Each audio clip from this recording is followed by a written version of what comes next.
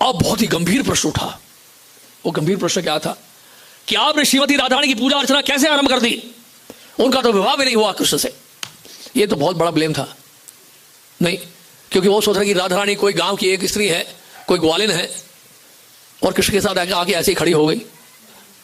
नहीं, उनको ये नहीं पता कि श्रीमती राधारानी तो भगवान श्री कृष्ण की लाधनी शक्ति है। राधा कृष्ण प्रलय विकृति लाधनी शक्ति रस्मात, वो लाधनी शक्ति है, भगवान श्री कृष्ण की लाधनी शक्ति है, लाधनी शक्ति स्वरूपणी है श्रीमती राधारानी। तो क्या बता रहे हैं यहाँ पे? श्रीमद् भागवत में ये वर्णन आता है, भागवत के 10वें स्कंद के 13वें अध्याय में ब्रह्म विमोचन लीला है।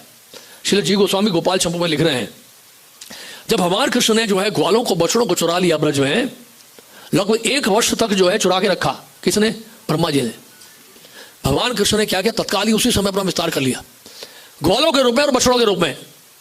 अब प्रत्येक घर में ब्रज में स्वयं कृष्ण तो भगवान स्वयं वो जो है अपना विस्तार कर लिए पूरे ब्रज में।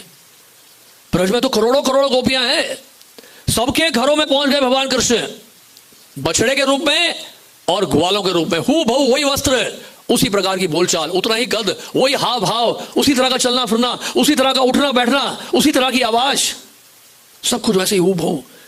इसलिए कोई भी ब्रज की गोपियां जो है और की जो माताएं हैं वो नहीं समझ पा रही थी। उन सब का प्रेम उस वर्ष जो है अपने संतानों के लिए, पुत्रों के लिए पहले से कहीं अधिक बढ़ गया। गायों का प्रेम पहले से कहीं अधिक बढ़ गया बछड़ों के लिए, और दूध देने लग गई। माता का जो वात्सल्य प्रेम है और बढ़ गया। भगवान कृष्ण ने कृपा करके केवल माता यशोदा को नहीं बल्कि ब्रज की जितनी गोपियां हैं सबको वात्सल्य प्रेम का भरपूर आस्वादन करने का मौका दिया।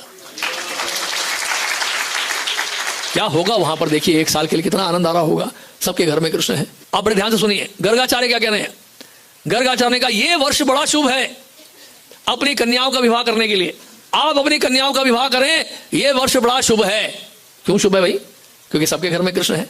अरे राधा रानी की बात तो छोड़ो, जितने भी ब्रज की गोपियां हैं सबका विवाह कृष्ण से हो गया। लेकिन कृष्ण के रूप में नहीं दिख रहे थे सब, वो तो उसी ग्वाले के रूप में दिख रहे थे। तो ये भगवान की लीला है। और तो और प्रमाण चाहिए आपको कि भगवान कृष्ण के साथ राधा रानी का विवाह हुआ तो गर्ग संहिता पढ़ लीजिए। भांडीर वन में वो वट वृक्ष है, बड़ा विशाल वट वृक्ष है। उस वट वृक्ष के नीचे ही ब्रह्मा जी स्वयं आए, उन्होंने भगवान श्री कृष्ण का विवाह किया श्रीमती राधा रानी से।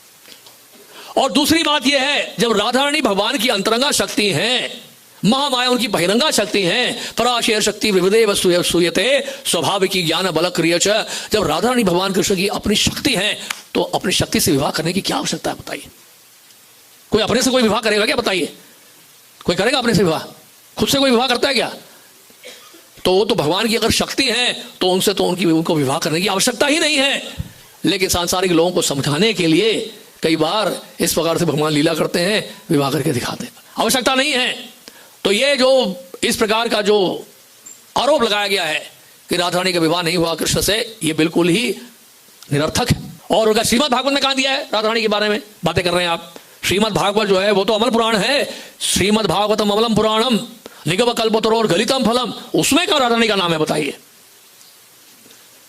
तो उन्होंने कहा देखिए प्रत्यक्ष रूप में राधा रानी का नाम भागवत में नहीं दिया है, लेकिन हमारे महान वैष्णव आचार्य, वर्तमान के जो प्रमुख गौड़िया वैष्णव आचार्य हैं, हमारे गुरुदेव श्री विश्वनाथ जी ठाकुर ने भागवत की टीका लिखते हुए सारार दर्शनी में लिखा है, इस श्लोक की व्याख्या करते हुए, अन्य आराधितानूनम भगवान हरिरीश्वरा यन्नो विहाय गोविंदा प्रीतो यम अन्यद्रहा। इस श्लोक में क्या लिखा है? इस विशिष्ट गोपी ने निश्चित ही सर्वशक्तिमान भगवान की पूरी तरह पूजा की होगी, क्योंकि वह उससे इतने प्रसन्न हो गए थे कि उन्होंने हम सबों को छोड़ दिया और उसे एकांत स्थान में ले गए।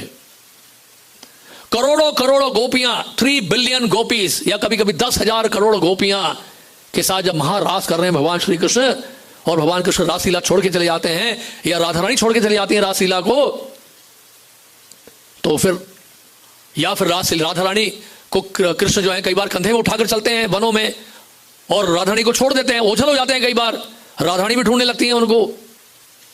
आप समझ रहे हैं? तो ये सब तो जो है भागवत में वर्णन है। तो कहने का मतलब राधा रानी को लेके अलग चले गए, भगवान कृष्ण अलग लेके चले गए। यानी कि राधा रानी अगर रासलीला में नहीं है तो इतनी बड़ी जो विशाल रासलीला हो रही है उसी समय बंद हो जाती है। राधा रानी का इतना महत्व है, समझ रहे हैं आप? जहां 3 बिलियन गोपीज हैं रासलीला में, 3 बिलियन गोपीज का मतलब जानते हैं कितना है? और अगर राधा रानी उस लीला को, रासलीला को छोड़ के चले जाए, उसी समय वो रासलीला बंद हो जाती। तो इसलिए यहां पर लिख रहे हैं अन्य आराधितो नूनम भगवान हरिश्वरा यन्नो विहाय गोविंदा प्रीतो यम अन्य रहा। इस विशिष्ट गोपी ने निश्चित ही सर्वशक्तिमान भगवान गोविंद की पूरी तरह पूजा की होगी, क्योंकि वह उससे इतने प्रसन्न हो गए कि उन्होंने हम सबों को छोड़ दिया और उसे एकांत स्थान में ले गए। राधा रानी का कितना स्पेशल पोजीशन है, सोच के देखिए आप। तो उन्होंने कहा फिर भी देखिए एक बात बताइए, राधा रानी का नाम है क्यों नहीं? फिर वही प्रश्न पूछा वो ब्राह्मण ने। उन्होंने कहा देखिए ऐसा है, इसके लिए आपको ब्रह्म भरत पुराण पढ़ना पड़ेगा। बृहद भागवतामृत में श्रील सनातन गोस्वामी ने भी इसका उल्लेख किया है। तो दो स्थानों से हमें प्रमाण मिलता है, सनातन गोस्वामी का बृहद भागवतामृत और दूसरा है ब्रह्म भरत पुराण। और उसमें लिखा है कि पूछा जा सकता है कि राधा रानी का नाम सुखदेव गोस्वामी ने क्यों नहीं लिया। पहली बात है कि सुखदेव गोस्वामी राधा रानी के सुख हैं। राधा रानी के सुख मतलब तोते हैं, इसमें ही बताया जा रहा है। और श्रील जी गोस्वामी ने भी गोपाल चंपू में इसका उल्लेख दिया है। वो कहते हैं राधा रानी का अगर नाम लेते सुखदेव गोस्वामी तो भावावेश में चले जाते और कथा नहीं हो पाती। 6 महीने के लिए वो मूर्छित रहते। परीक्षित महाराज के पास केवल एक ही सप्ताह था। अगर वो मूर्छित हो जाते भावावेश में राधा रानी का नाम लेके तो भागवत कथा कैसे होती? परीक्षित महाराज पूरा साम्राज्य चाहकर सुखदेव गोस्वामी से भागवत का श्रवण करने गंगा जी की तट पर बैठे हैं। महाराज हैं, राजा हैं, सम्राट हैं, उनको भी सम्मान देना है। वो भावावेश में चले गए तो फिर कथा कैसे होगी बताइए? ये था समस्या। तो सुखदेव गोस्वामी ने इसके एक सप्ताह में संपूर्ण भागवत को सुनाया था। तो ब्रह्म भरत पुराण में श्लोक आता है, श्री राधा नाम मंत्रेण मूर्छा सन्मासिकी भवेत न उच्चरे मत स्पष्टम परीक्षित हृत कृण मुनि। ये सुखदेव गोस्वामी राधा रानी के नाम का उच्चारण करते तो तुरंत उनको लीला का स्मरण होता और वे राधा प्रेम में अविष्ट चित हो जाते, उत्तेजित हो जाते और कृष्ण की सेवा में उनकी लीलाओं कार्यकलापों के स्मरण में मग्न हो जाते। इसी कारण से सुखदेव गोस्वामी ने राधा रानी का नाम नहीं लिया। तब जाके शांत हुए वो स्थानीय ब्राह्मण। उन्होंने कहा अच्छा ये तो हमें पता ही नहीं था। पता करिए, जानने का प्रयास करिए, अंधानुकरण मत करिए, आंखें खोल के देखिए शास्त्र में क्या लिखा है, पढ़िए पहले।